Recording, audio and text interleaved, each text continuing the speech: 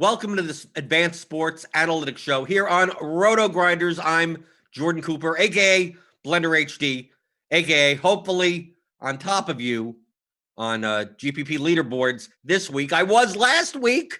I'm here with Stuart Gibson of Advanced Sports Analytics. I know we're a little late on the show this week because of scheduling, and of course, instead of doing a review that we typically kind of talk about last week, it's on the week that I actually did well. So that's kind of a kick in the ass. Where you get the right stack and the right 3% one off, you place a lot of lineups up there, and I think the last week's review was that, as expected, the Seattle-Miami game was even more overowned than I thought it would be, and Russ didn't cook. Yeah, I mean, we can do a quick. I didn't realize you had a big week last week. What was the? It wasn't like huge. I mean, I just placed a lot of I like top like a 6th place in one and the 12th, and then since I had a lot of the similar stacks and 2v2s.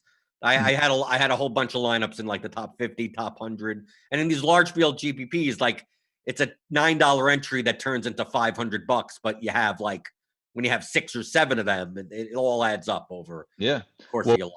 What was kind of the prevailing mix that got you up there towards the top with some of those? Pretty much being overweight on the Dallas-Cleveland game, the Dallas stacks with CeeDee Lamb or Dalton Schultz, and then the OBJ run back, and then also being I 25% mixing because once I saw that Q tag that people were going to overreact to, I'm like, okay, I'm all on board these cheaper under 6K running backs.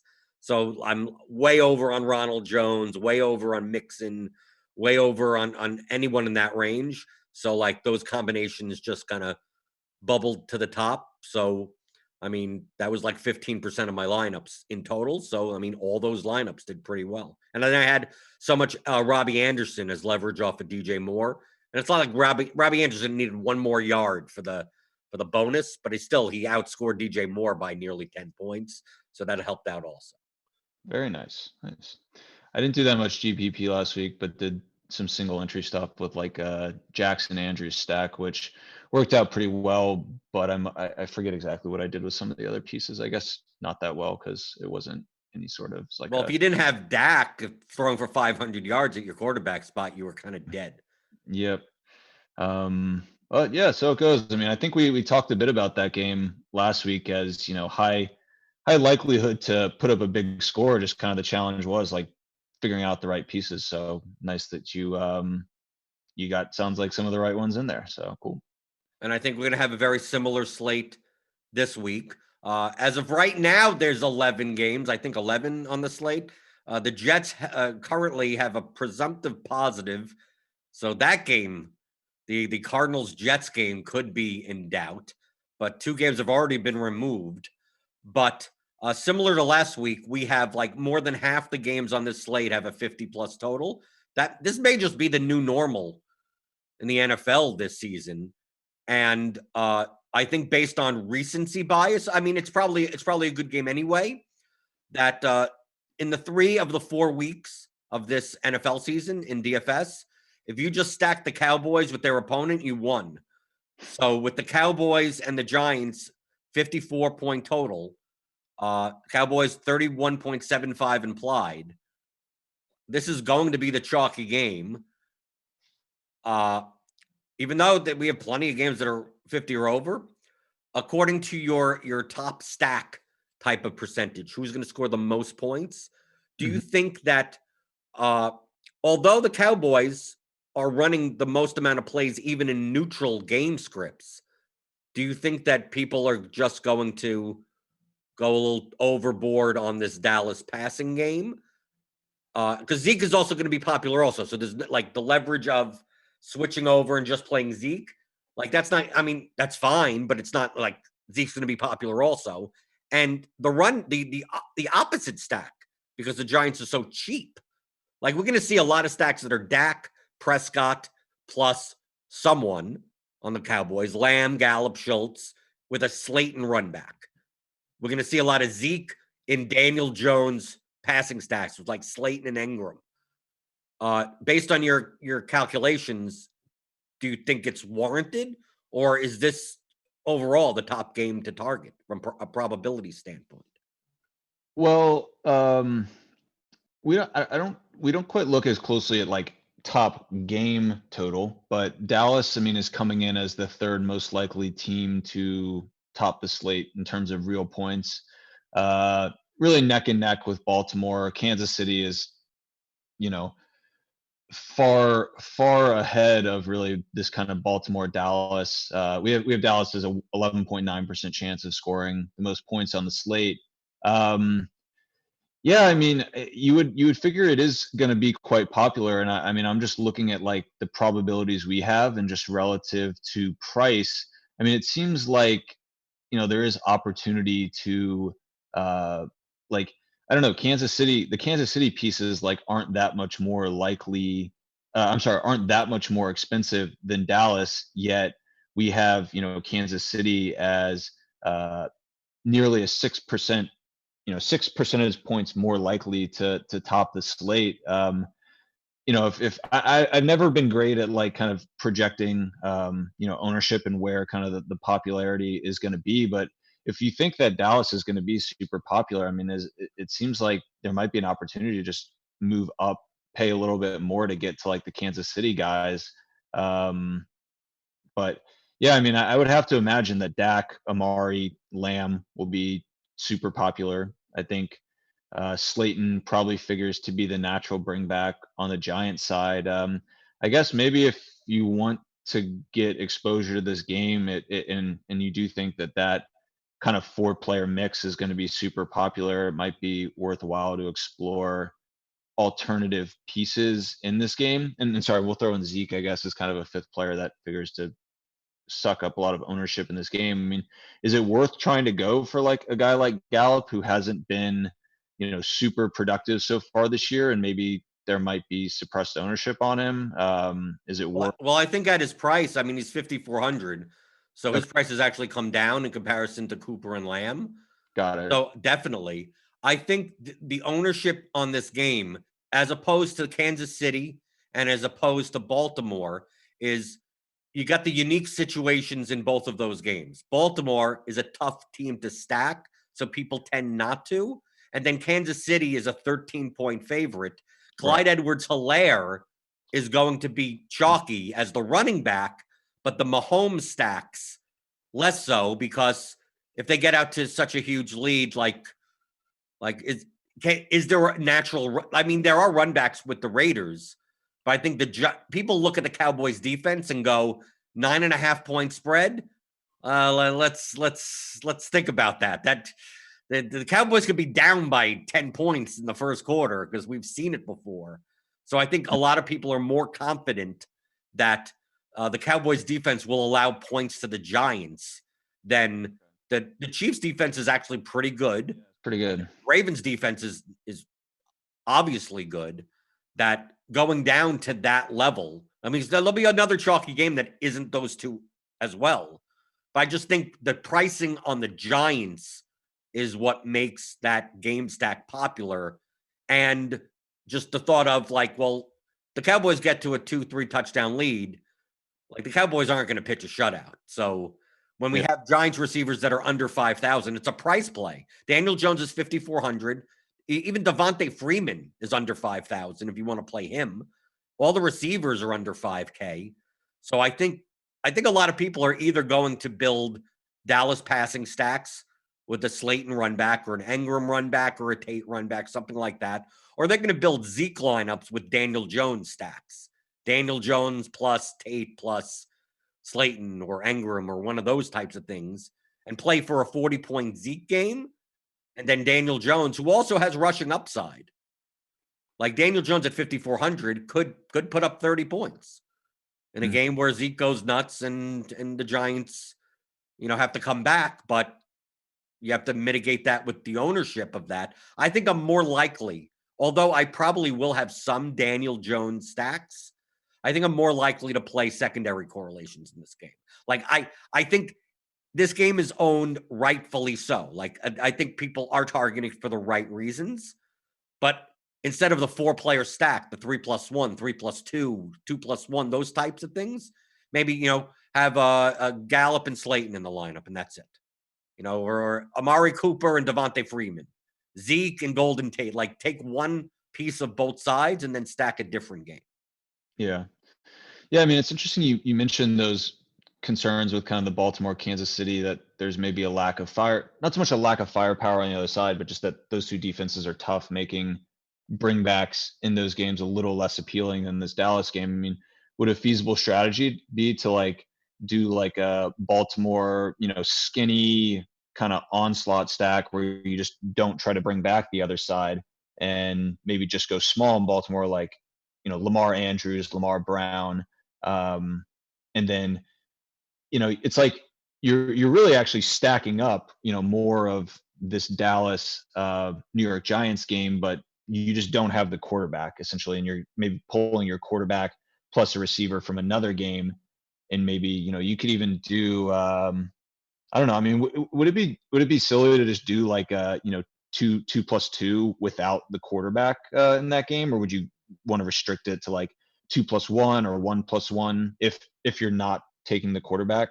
Yeah, and typically I'm not going to take two receivers from a team without playing Yeah. the quarterback in large field, because what's the probability that both those receivers have ceiling games and some other quarterback is the top scoring quarterback? I mean, it can happen. Yes, it can happen. I could take two Giants receivers. They both have 100-yard games. But I mean, Jones is 5,400. How do they both have that big of a score for me not to get paid off? Like, Lamar Jackson would have to go for like 50 points. I mean, like Yeah. another quarterback. It's because of the price of the quarterback. Dak, I'm not as concerned about because he's much higher priced. It's more the fact of, do I play two Giants receivers for a ceiling without playing a $5,400 Daniel Jones? That just seems so unlikely. How does that correlate? How do both of them get there without Jones at that cheap of a price paying off his salary? That's Mhm. why I like your sentiment on the Ravens.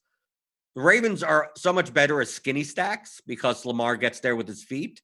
So to pair him with Brown or Andrews makes the most sense. But still, I'd want to have a run back, and I think the cheap run back for the Bengals is T. Higgins because he's Mm. under 5K. Rather than, I mean, the Bengals spread it out a lot of times with Burrow. Right. So, like, I prefer AJ Green is kind of a corpse. So I mean, he got what, like 2 targets the last game. Tyler Boyd is expensive, which I don't mind that, but I think what is going to lower the ownership of the Ravens game is the fact of that they're 13-point favorites at home, right? They're at home, Mhm. and can the Bengals hang with them? Is the Ravens defense too good? That does anyone get there? If this game ends up being 35-14. Does anyone on the Bengals get a ceiling? That's why I think taking the cheap piece like Higgins, at least getting someone out of a $4,600 player than a 6K Tyler Boyd. Like, I don't need 100 yards out of Higgins. Can I get a 6 for 80 with a touchdown? Okay, that's 20 points. Yeah, I'm good.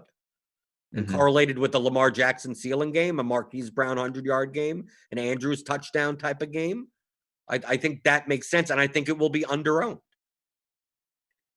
Gotcha. You mentioned, we've talked a bit about the Dallas receiving pieces, and obviously Zeke, figures to be a popular play. Is there any routes to a Dak plus Zeke plus Dallas receiver being part of a winning lineup, or is that? I mean, the data would suggest that there's not very good correlation there. I mean, but from in an attempt to just do something that maybe the majority of the field who's playing Dallas won't be doing, is that? I think people will be doing that. I think you'll see lineups like that, and I think it's a mistake. They're Yeah. too expensive. Like, it's Zeke is 7,800, Dak is over 7K. Like, for them both, that, like, it would have to be 2 passing touchdowns to Zeke. Zeke is already going to be owned. Dak is already going to be owned. Like, that wins in a case where that game goes nuclear and all the other games go under. Like, where like it's okay to have the negative. Like, if Zeke has 32 points and Dak has 32 or something like that, and every other game goes under, yeah, it could win in that scenario. But I Mm. mean, we have so many games that have 50 plus totals that, like in large field GPPs, I'm looking to remove as much negative correlation as I can. Yeah. So I mean, you've seen and you've shown in the data that Zeke is negatively correlated to the passing game, even though he's getting 6, 7, 8 targets.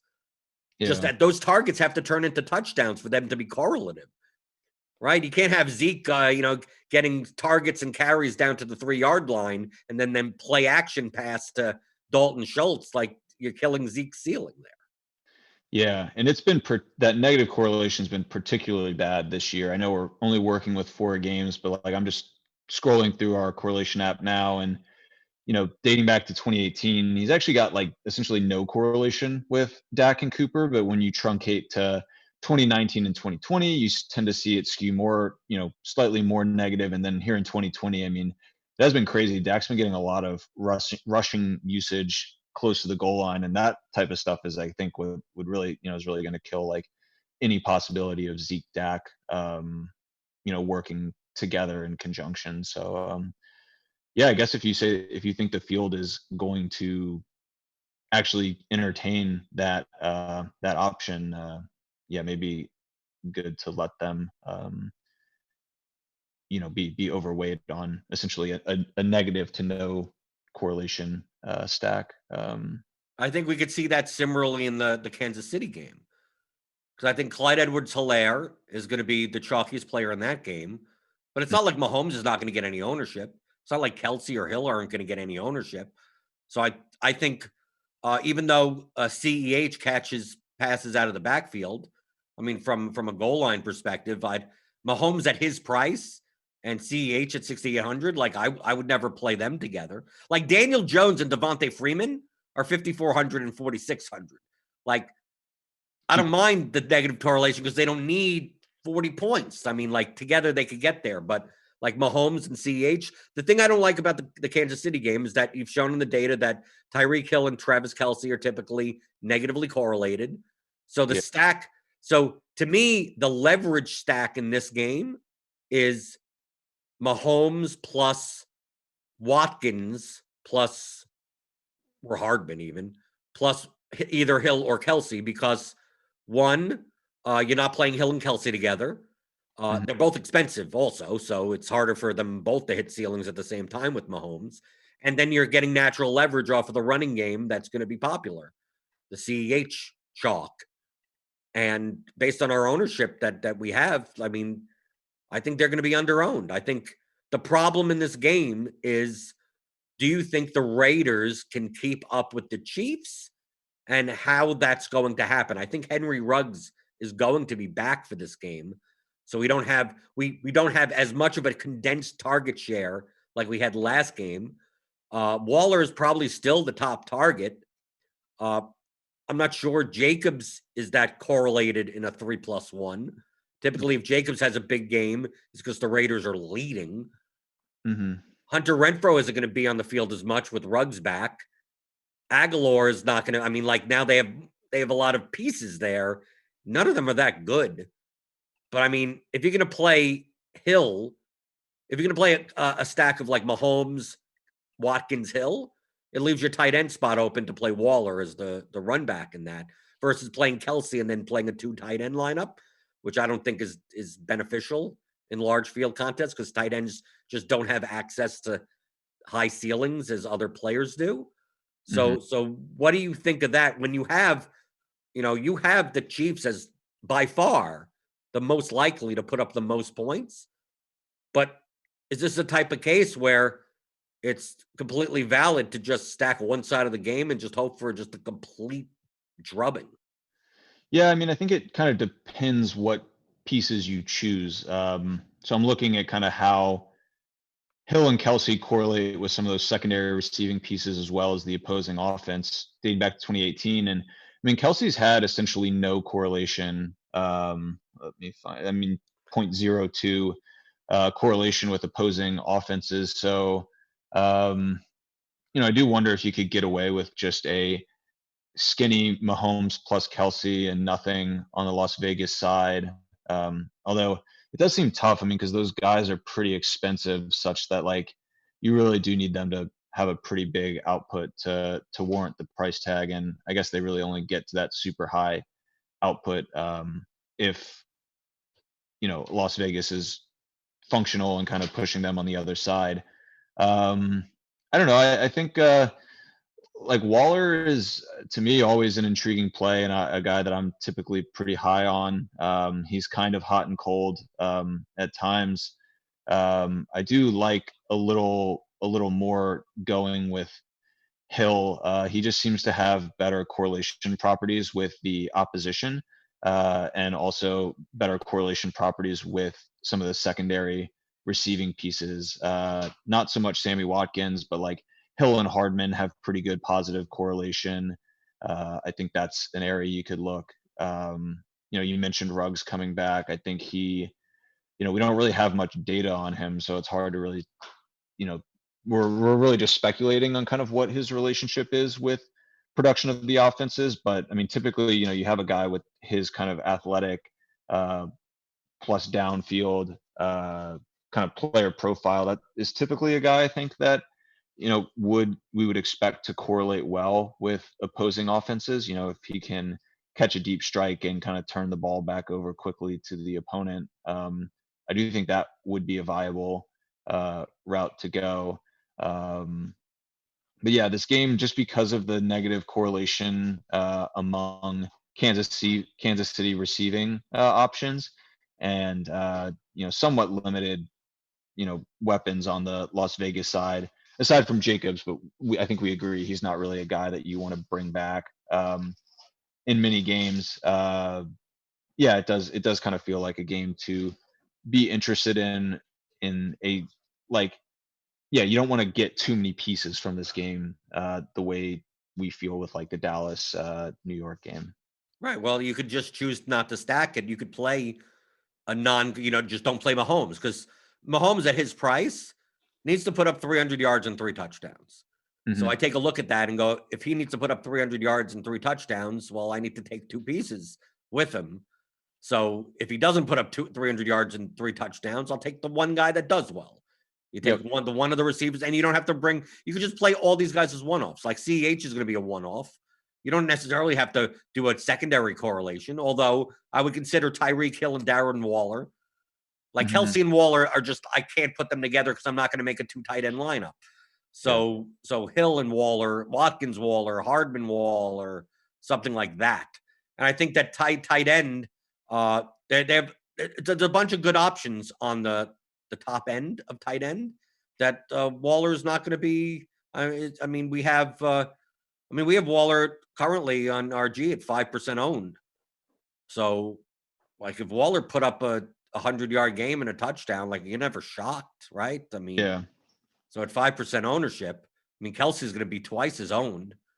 Yeah. To And play a Hill Waller combination. when you have Kittle on the slate too in San Francisco, another pretty high total game, like I could see Waller going a bit under owned. He's always a guy I like, just shows up well in our models. He'll probably be a little suppressed this week with the return of Ruggs, but yeah, still, I mean, we've seen him already this year put up at least one kind of, I guess, showdown slate breaking game. But I mean, the guy is susceptible to go over 100 yards, I think, any week. So yeah.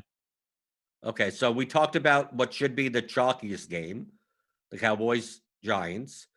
Talked Hmm. about games that that have high totals in your model, right? The Chiefs, the Ravens. What game do you think is going to be the next chalk? I mean, I know the answer. I'm just trying to, because Stuart, you typically don't pay attention to the ownership, so sometimes you get surprised. Yeah. Of kind of like, what do you think the game that's going to have the next amount of ownership out after the Cowboys and the Giants?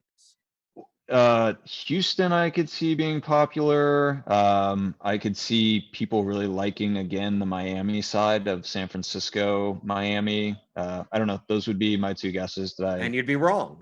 Oh, The Houston one. Well, we'll get to that. That should be like the 3rd most popular game. Okay. No, we're talking about the Panthers versus the Falcons. Got it. 53.5 total. Okay. Let's see. I've breaking news, even though you're probably listening later. Julio Jones will run, and if he has strength today, he'll go Sunday. If not, he won't. So they're testing him today. So we'll know. It won't be one of those things where, we'll have to see the inactives. But if Julio doesn't play, we got Mike Davis on the Panthers, who has not been priced up enough for the role that he has, which is essentially Christian McCaffrey. So he'll be popular. The Panthers, the Falcons defense is horrible. The Panthers wideouts are still 6K. So they're going to garner double-digit ownership. Teddy Bridgewater may have a little bit of ownership because the stack makes sense.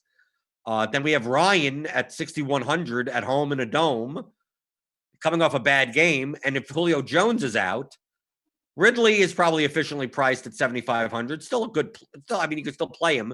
But then we get Olamide Zacchaeus at 3K coming in to fill basically Julio Jones's role. And I always want to state with these types of things, because we've said it before on the show with guys like KJ Hamler and guys that come in, Drew Sample, where the week before someone gets injured in the middle of a game, they come in and do well. But I'm using just the common sense that you have to consider the fact that did they do well because they're coming in filling someone else's role, and basically did Zacchaeus come in and play Julio Jones? Yeah. Did Drew Sample come in and play CJ Uzomah? So now that they have a week to prepare, I know Ridley had a 0 on the Island game because I had a ton of them, so I definitely know that. Same. Is it more or less likely that Zacchaeus just walks? I mean, he's still going to be the third receiver, but he's 3K on DraftKings, especially now that the Titans are off the slate because they have a cheap receiver also that could have been played, but they're gone. This game is just so easy to stack up price-wise that you could play Ryan, Ridley, Zacchaeus, or Hurst, or you could pair Gage as 5,100. And then on the Carolina, and then that run back is Mike Davis, a pass-catching running back. Or you could do it the opposite way. You could play Bridgewater, Moore, Anderson, even Ian Thomas at tight end, and then run it back with one of those Falcons wide receivers. It's a 53.5 total. The Falcons are pass-heavy type offense, pretty bad defense.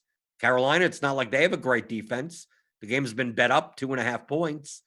Outside of ownership, is your model showing that these teams don't necessarily have the highest chance of scoring the most points, or is the attractiveness of this game more of the pricing?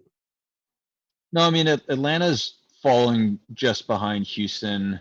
Well, not quite just behind, but they are sixth most likely to score the most points on the slate at about 6%.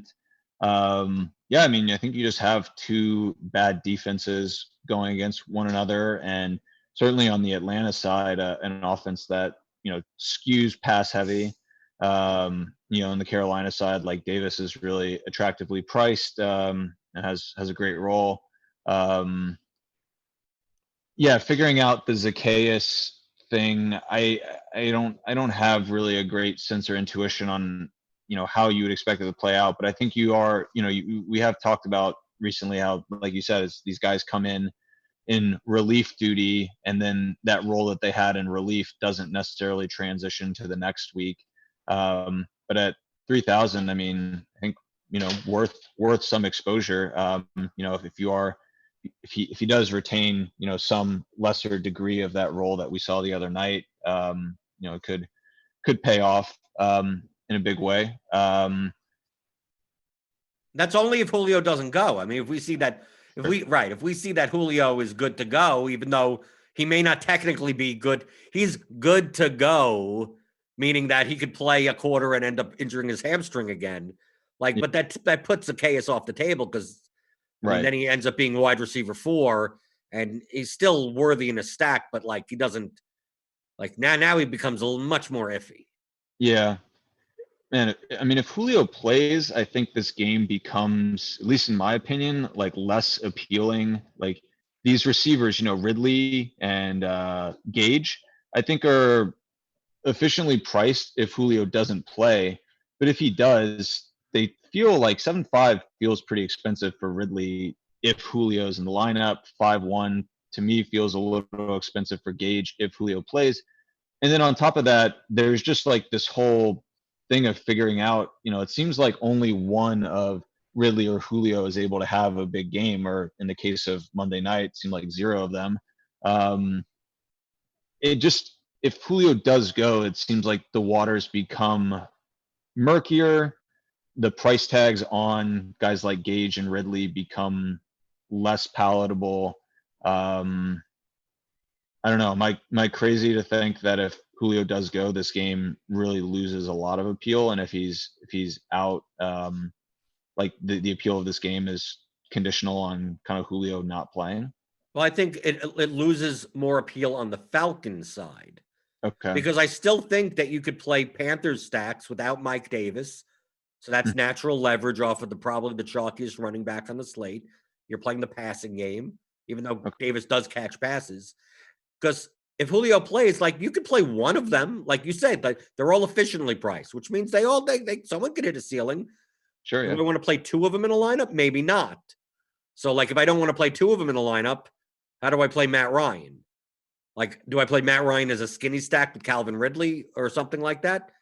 I don't know about that.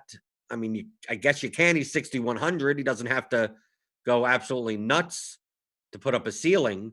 But no, I would agree with you. The main focus of the Falcon stack would be that you get a 3K receiver in there as part of your stack, and you're able to now, you could spend up in the rest of your lineup. You can make so much better correlations in the rest of your lineup using a 3K receiver.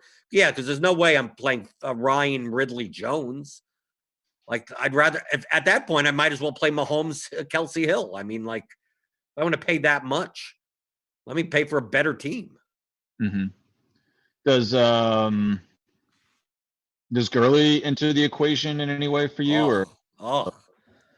No, he's touchdown variance. He's the definition of touchdown variance. Play him in a Panthers stack, I guess. I mean, yeah.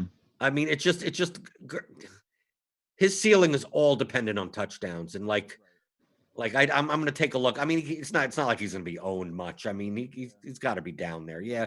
Monday night when he got 2 touchdowns and like didn't even really have like an incredible game. It worked in the kind of 2-game slate format, but on a full slate, it's like he would have to go something crazy like right. He doesn't catch enough passes, and he doesn't get 100 yards. He's going to be 7% owned in our projected ownership, but that's still too high in my opinion. He's just he needs to score 3 touchdowns on a slate this size for me to even be worried about him at 5,700.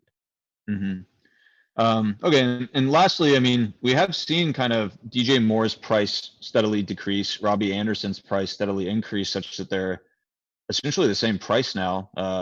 Anderson's 100 less. I mean, do you feel that this the kind of convergence of their prices is warranted, or is this just like a good buy low opportunity on DJ Moore? Or are we really feeling at this point that the presence of Anderson has does it feel like this kind of price similarity is warranted? Or No, I think that they should be the same price. It's just that what we assumed their roles were based on their previous usage has been reversed.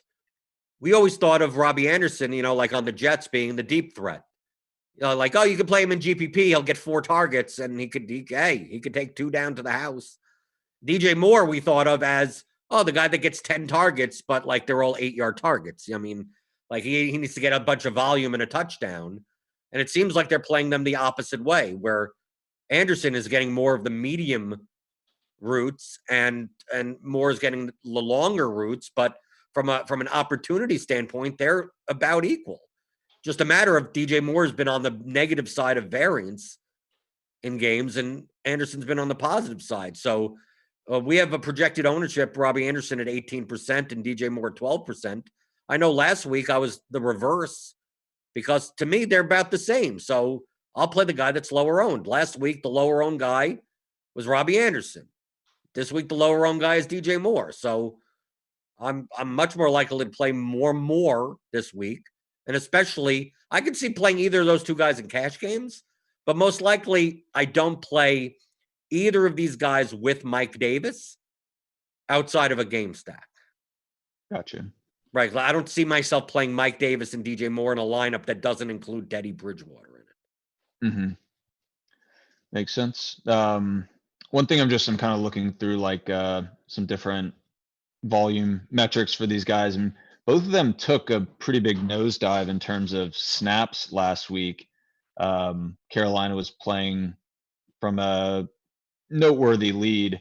It doesn't really seem like that is too big of a concern this week. It looks like Carolina is on the underdog side. I just think that is interesting that both of them seems like Carolina, if in the lead, at least based on the data from this year, it looks like they might tend to want to be a little more run heavy if in the lead. It doesn't seem like that is a big risk this week. But I thought it was just an interesting data point that they both took about like a 20%, I think, dip in almost 20% dip in snap percentage last week. Something interesting.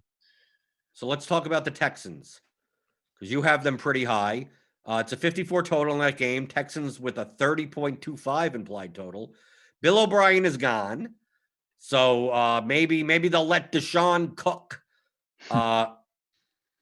Watson is going to be he's going to be popular-ish. Or is he? Not that popular. Like this game, this is a weird game where I think we'll see stacks, but like there's no pieces.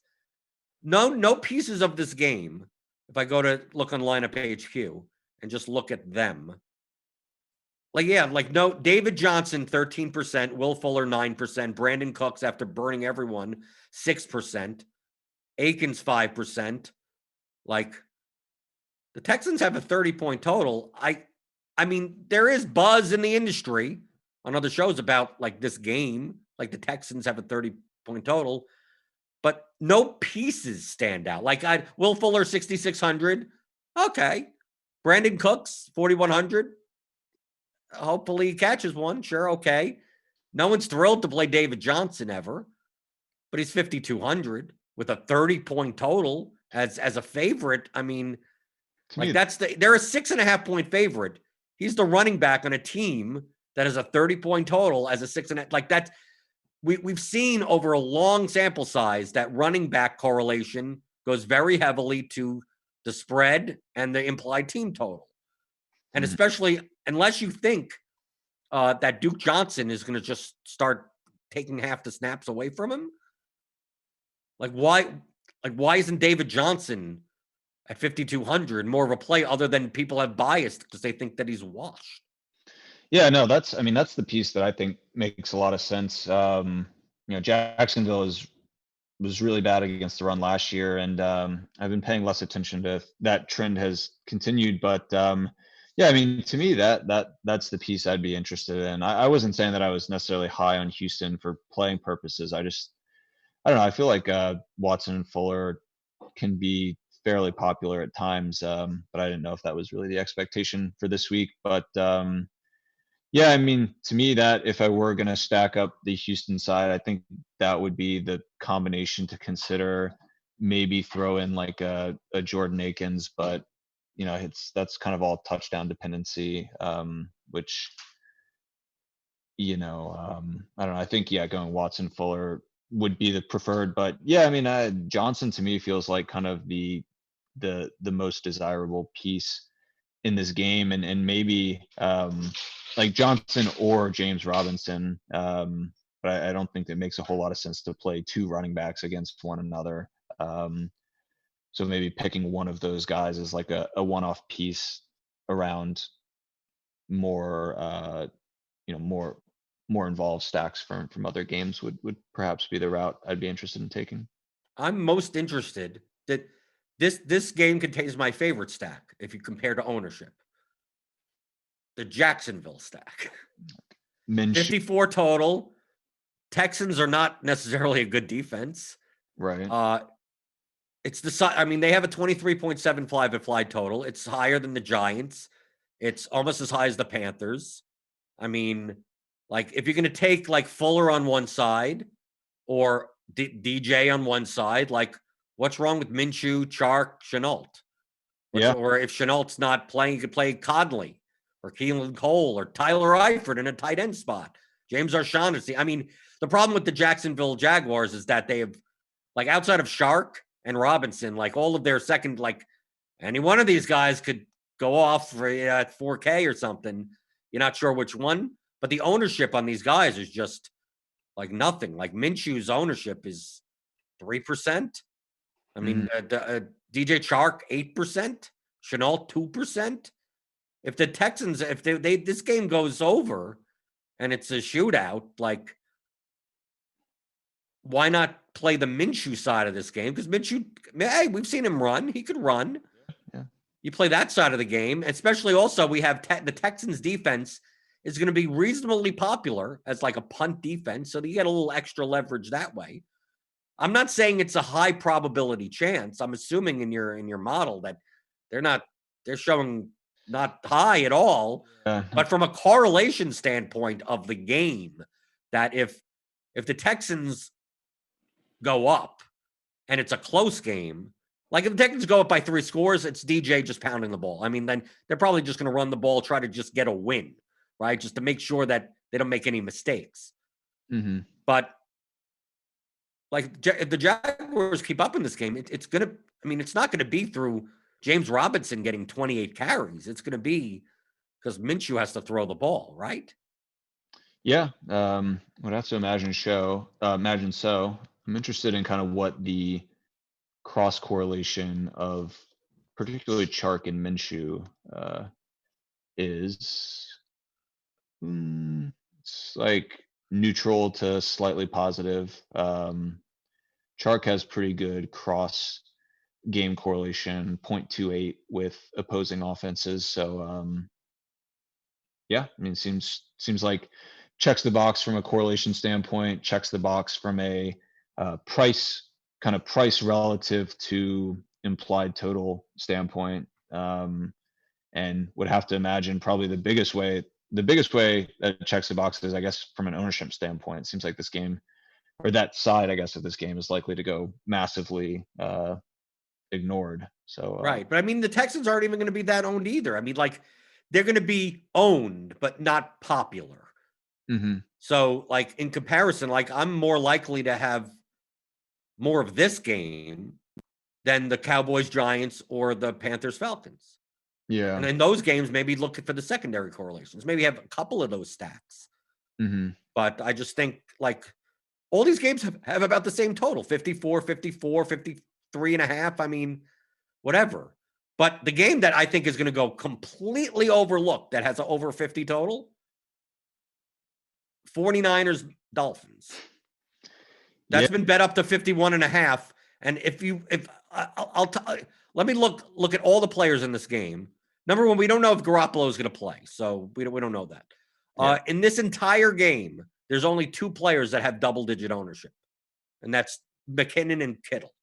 And McKinnon is only dependent on if Raheem Mostert is inactive. Mostert is scheduled to play, then none of the running backs for them are going to be owned. So how rare do we see it that low ownership on a game that it is a 51 and a half total? I mean, it happened week 1. Like that was when we did in our week 2 show and did kind of a review of Millionaire Maker week 1 stack ownership. Like San Francisco was the glaring team that had, solid total and just, fairly likely to, score the most points on the slate. And they just went massively underowned. Yeah, I don't know. I think it's probably just people still cling. It's just like San Francisco is perceived as being so run heavy. I guess maybe that's why people gravitate away from them. Maybe there's not much trust in Garoppolo. But yeah, I mean, we have San Francisco as the 4th most likely to score the most points on the slate, 10%. And like I just have done just simple kind of salary addition of the quarterback plus 2 most expensive pieces on a particular stack. I mean, San Francisco, 10% likelihood to score the most points on the slate. if you do Garoppolo, Kittle, Samuel, 17.4K compared to Dallas, which is 2 percentage points. So, 20% more likely to top the slate relative to San Francisco. They're $3,500 more expensive of their quarterback plus two, biggest pieces. Like, it does just seem like a really excellent opportunity to get high total likelihood relative to price. I guess really the thing with San Francisco that you have to stomach is potential for it to come majority through the ground, which isn't really ideal for stacking. And I don't know, but like I don't think San Francisco, if they achieve that total through the air, like I actually don't know that it's that difficult. I mean, you have to imagine a lot of it's going to come through Kittle. I guess the decision with San Francisco to make is, do you do like just like, let's assume Garoppolo plays. Do you do like just Kittle Garoppolo, or do you try to, add like a Bourne? I'm sorry, like a Debo or an Ayuk. They're I think another team that kind of seemed to me at least appealing in a skinny stack capacity. Perhaps less so as like a full, 2+1, or I guess what 3+1 you count quarterback stack. But yeah, I mean they're well priced, high total. Well, My why not the other way? Like, I'm thinking in the other way. I think the problem with the 49ers is that, like, they could get there in multitude of ways. It could be spread out and like no one has a ceiling. It's like 49ers put up 38 points and then you look at the scores and no one has more than 20. And then you go like, how did that happen? Yeah. Miami, on the other hand, in games that, if this game's going to shoot out, we have the shootout artist, which is Ryan Fitzpatrick on the other side. He was mega chalk last week. Devontae Parker was mega chalk. Devontae Parker projected ownership is 3.7%. Isaiah Ford is 3,500. He's 1.5%. And I think people don't realize that he's playing more of the slot routes than Gesicki is. So paying 5K for Gesicki may not be the best option anymore. Gaskin's 4.8K. Like, these Dolphins are cheap.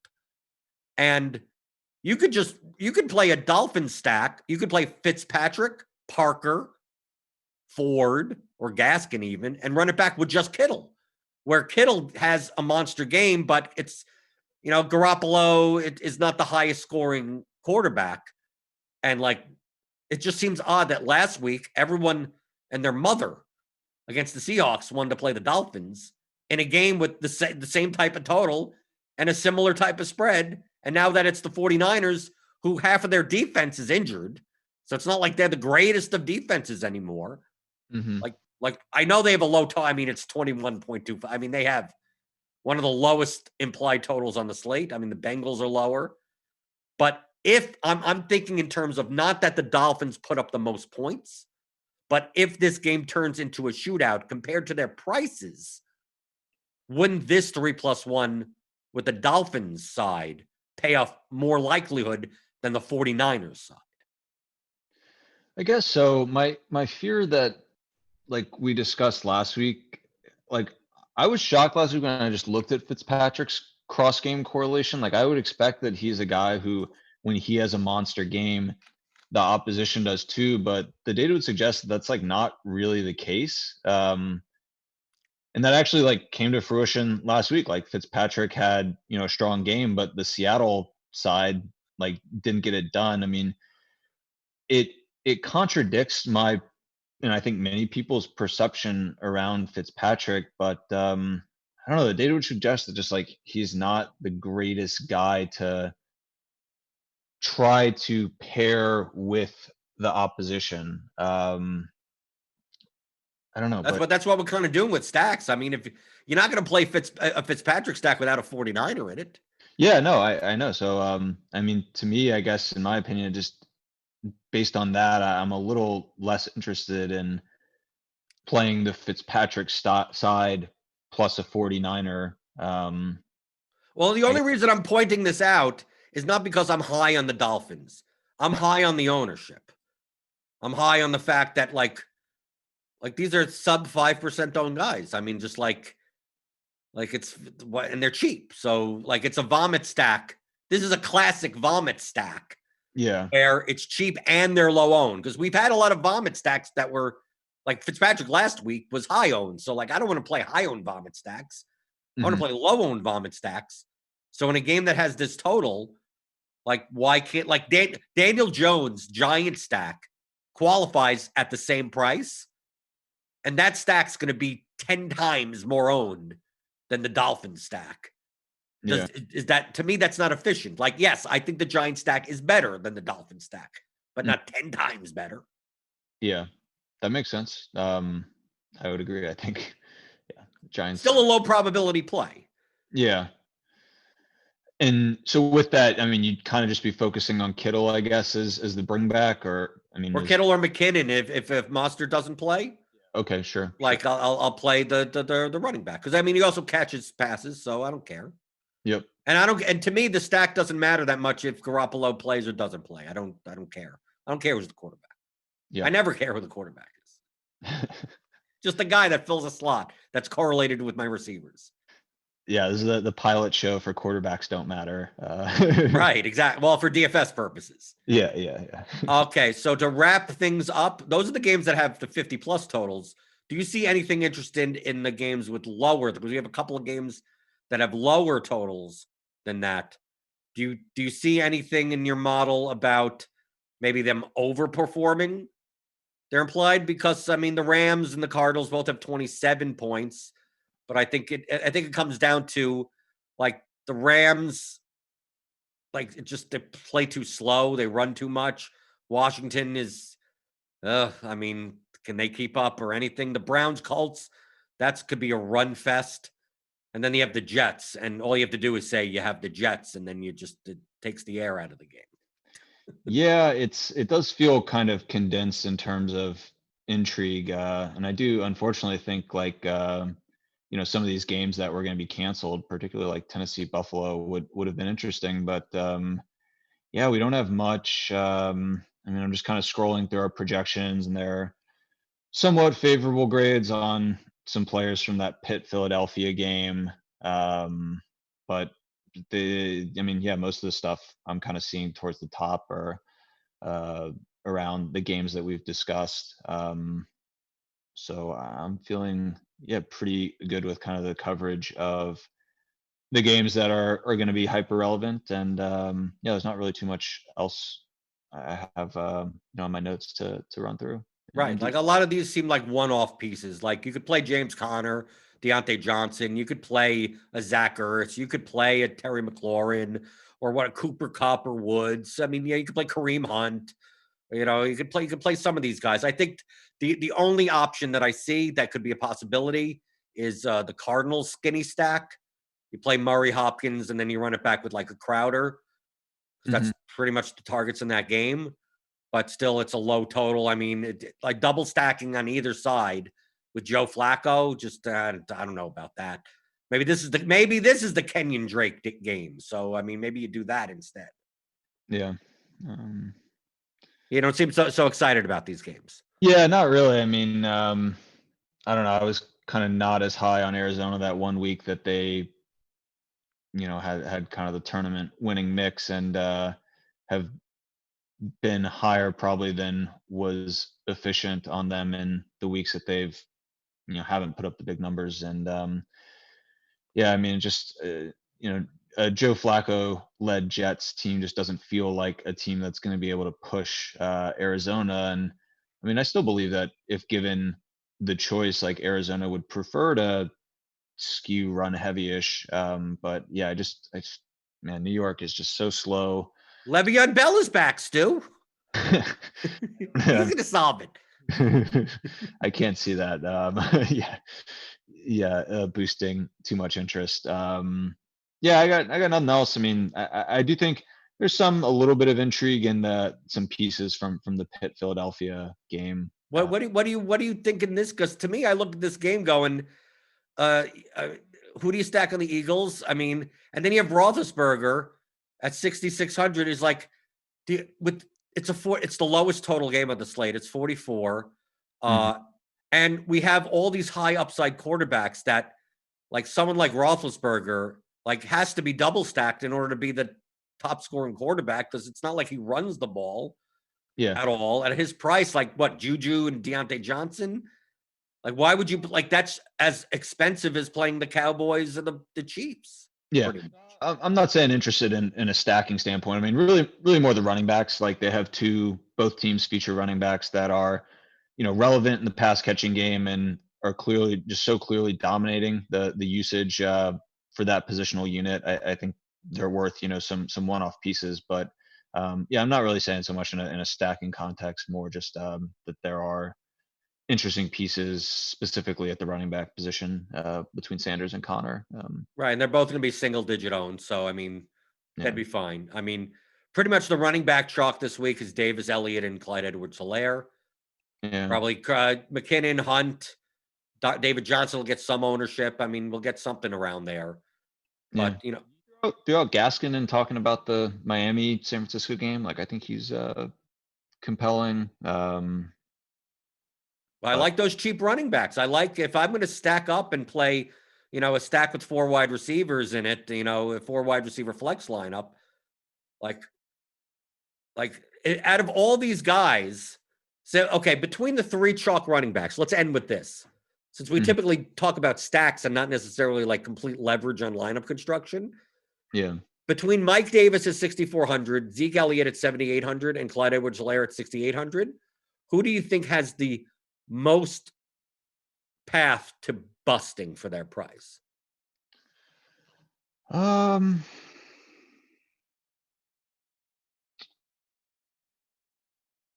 I think it's CEH. Oh, CEH. Okay. I was going to say Zeke just because he's the most expensive. I was tempted to say CH has the most path for busting, but he's like not priced that much more than Davis. Well, I think a better way to phrase the question is that when I mean busting, which one of them has the most likelihood of a 5K running back matching their score? So like as far as like if David Johnson puts up 20, if Drake puts up 20, if Connor puts up 20, like if Clyde Edwards-Helaire puts up 20 at 6,800, and I could have gotten that 20 points for 2K cheaper, to me that's busting. Like a cheaper running back put up their score. I just think that Zeke has the ceiling that he could put up a score that no running back can put up. He could have 3 touchdowns, 100 yards. Like, yes, he could, but yeah, because he's 7,800. Obviously, he needs to put up more points. I just think in comparison to the slate, I think Zeke has the highest ceiling. I mean, it shows in the projections that it's worth aiming for the ceiling and then fading one of the other guys. Like Davis could have a great PPR game, have 18 points. Does that win you a GPP? I mean, he could, but I mean, you could probably get 18 points from some other running back. So like that's really how I'm looking at this. I just think the Chiefs have so many weapons. Yeah, that CEH could be like, it could go through him. He could have 12 points. I mean, Zeke has a lot of, they have a lot of weapons also, but they use him a lot as well. Davis, I guess, I mean, he's just cheaper. I just see CEH could have a game where he has 32 points. And then if he has a game of 32 points, that means Tyreek and Kelsey didn't get there. But if Tyreek and Kelsey get there, like we've seen this year that, if he doesn't get in the end zone and he's not going to get 4 or 5 passes out of the backfield, he could touch the ball 20 times and still only get 12 points. Yep. Well, our projections as of now would, I think, agree with you that we have Davis and Elliott projected as the top 2, per dollar values at the position, and Edwards-Helaire towards the top, but below guys like Robinson or Gaskin or Sanders on a per dollar basis. So not so much raw, but so it sounds reasonable to me. Right, and everyone out there, you can get our projections here at RotoGrinders by signing up to Premium. Core 4 Premium. You can use the code in the description of the YouTube video. RotoGrinders.com/media/ASA. You'll get $5 off your first month of Core 4 Premium. That's NFL, NBA, MLB, PGA, everything. Lineup HQ. You could build a million lineups. We have Roto Academy videos. If you don't know how to use Lineup HQ, I've done a ton. Me, Britt, Divine, Toe Tag, and Tambo. We've done a ton of how-to and tutorial videos, even with the NFL process. Like there's literally a 2-hour video of me and Tambo going through exactly how we use Lineup HQ from start to finish. It's a 2-hour long video. You get it with premium. So sign up, rotogrinders.com/media/ASA. The link is in the description. So Stuart, good. I'd wish you luck this week, but I'm going to wish myself luck first, then wish you luck second. Hope you're going to have time to play some larger field, or because we talk primarily of large field GPPs, not necessarily single. Like in single entry, I don't think I'm playing a Ryan Fitzpatrick stack, and I don't think I need to get that like weird. But since if you play single entry, I could definitely see landing more on the chalk. Yeah. Well, I'd love in future shows, and I should probably, before embarking on this in a future show, maybe do some kind of just exploratory data analysis. I would be very interested to hear kind of how your strategy deviates when thinking about these smaller field, entry capped, 3-entry, single entry, or even like the 20. I kind of like the 20 entry max tournaments. I would be interested to hear kind of how your strategy deviates when thinking about those. The main thing, I'm not going to go deep into it right now, but the variables that we look at GPP at tournaments is field size, and that'll dictate what score you have to put up essentially, and ownership. And we use ownership as a perspective, like we're quoting numbers that are primarily for large field, but like if Mike Davis is going to be 28% in a large field contest, he could be 40% in a single entry contest. Ezekiel Elliott could be, instead of 24, he could be 32. So now you have to tailor your lineup construction towards, is Mike Davis worth playing at 40% ownership versus playing at 28% ownership? So that's the only difference of like the leverage opportunities are so much higher in single entry and 3 max contests because people tend to play chalkier lineups. So you get more leverage by not playing. If you were to decide to fade the chalkiest player in single entry and then just build the best lineup, like that wouldn't be that bad of an approach, because typically the most owned players are also the most over owned, and the least owned players are even lower owned than they would be in the large field contest. So really, that the show that we've gone through with all the correlations and what stacks is, you're staying the same. It's just that I could still play I could play a Daniel Jones Cowboys game stack and then fade 2 of the chalky running backs and then be fine. It's a smaller contest, or I could do the reverse. I could play the 3 chalky running backs and then play an off the board stack, because they're going to be much less owned because the chalk stack is going to be much more owned. So really that's the only difference, is that that's why looking at ownership, it really depends on the contest that you're playing and not just some one like average thing as a whole. Okay. Cool. Yeah. I'd love on some of the future shows to, have some consideration for, how we might be, we do focus so much. I know Brandon in particular really likes these kind of large field tournaments, but I would be interested to hear kind of, how strategy shifts around a little bit for some of these other tournaments. But right. And if you have any questions out there, we normally go through some of the high total games and the correlations and the stacks. You could tweet me at BlenderHD or Stuart at Start Gibson. If you want to start with him, you start with Gibson on Twitter. He will reply to you eventually. He will see your tweets once in a while. Twitter, the ASA Twitter is a good resource, and we try to, showcase some of our tools there, and with, a mix of showing the tools, but also some thought around those tools and kind of how that could be incorporated into construction. So you can find us there or at the website, advancedsportsanalytics.com. Another good place where we have some resources and stuff there. So check it out if you're so inclined. Okay. So for Stuart Gibson, I'm Jordan Cooper, and that has been the Advanced Sports Analytics Show here on RotoGrinders.com.